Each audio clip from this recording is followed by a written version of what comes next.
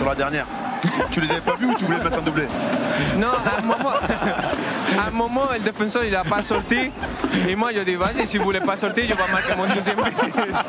Les amis, il est 19h15, bonsoir à toutes et à tous. Très heureux de vous retrouver. Soyez les bienvenus ici à Rennes.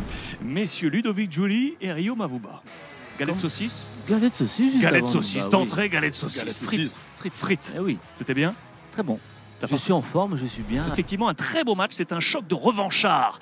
Les garçons, les deux équipes qui ont été battues sur la scène européenne et qui auront à cœur ce soir de montrer un autre visage. Dominique, ça va ou pas? Hold on, tout va bien. Rennes gagne ce soir ou pas? Non, ouais, non. ça veut dire oui. Ça veut dire oui. Il va falloir être costaud mentalement. C'est pour ça que je te dis, quand il est capitaine, il va falloir qu'il montre l'exemple. Et c'est ça que je comprends pas à un moment donné. T'es joueur. Ton coach, il veut que tu joues. Il n'y a pas de souci. Mais à un moment donné, tu peux être intelligent quand même. Tu sais que tu vas te faire presser. Envoie une chicha à la touche. Et tu me dis à ton coach, excuse-moi, mais j'ai fait une erreur la semaine dernière. J'ai pas envie de prendre un deuxième but. Donc voilà, c'est tout. Si tu envoies la chicha, je pense que les joueurs ils reviennent. Les joueurs qui sont partis du PSG ils reviennent. Tu as raison. Dans le même temps, justement, on était sur Kylian qui est juste là. Il y a un petit garçon qui scandait son nom de folie. Et ça a même effrayé un poil Kylian Mbappé. On l'a vu face à Newcastle redescendre, être dans la construction, mais c'est pas ça Kylian Mbappé. Il y a quelque chose où ça manque un poil de naturel parfois. Ouais, mais ça j'allais le dire. Et dès que tu as commencé, j'ai pensé j'ai des images de lui où quand Barcola rentre, il se retrouve dans la zone de Barcola. Et tu te dis, mais en fait, où tu veux jouer à gauche, où tu veux être dans l'axe. Donc c'est un peu compliqué. Alors est-ce qu'ils n'ont pas assez encore travaillé ce système? Mais c'est vrai que c'est bizarre de le voir en fait en train de chercher sa place, sa meilleure position.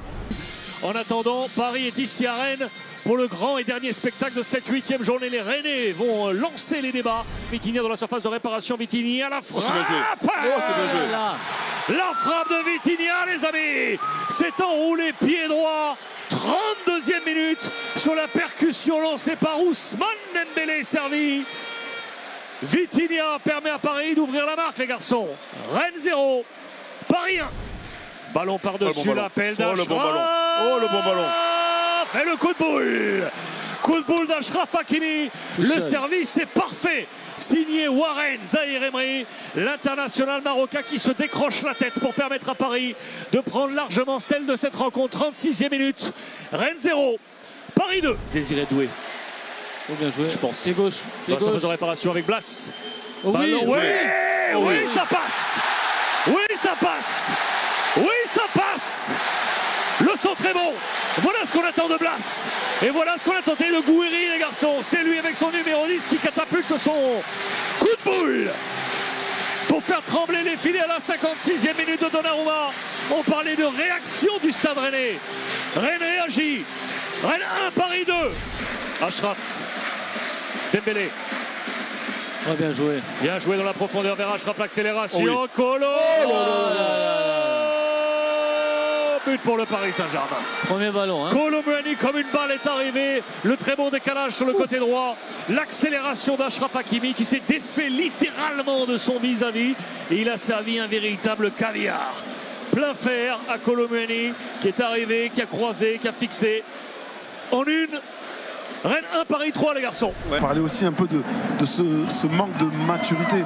Parce que quand tu as la chance, après quasiment une mi-temps où tu n'as quasiment rien fait, tu reviens à 2-1 et tu reprends ce troisième but tout de suite. Non, là, il faut que Mandanda peut-être dans les buts, Matic, tout ça, il faut vraiment qu'ils arrangent les mecs pour les maintenir concentrés. Et si tu tiens 5-10 minutes à 2-1, là, la fin du match, elle change totalement et Paris peut-être se met à douter. Tandis que là, ils ont pris ce troisième but trop rapidement. Ouais, comme tu as dit, ça fait 2 matchs qu'on n'a pas gagné dehors. Aussi Clément, on n'a pas gagné.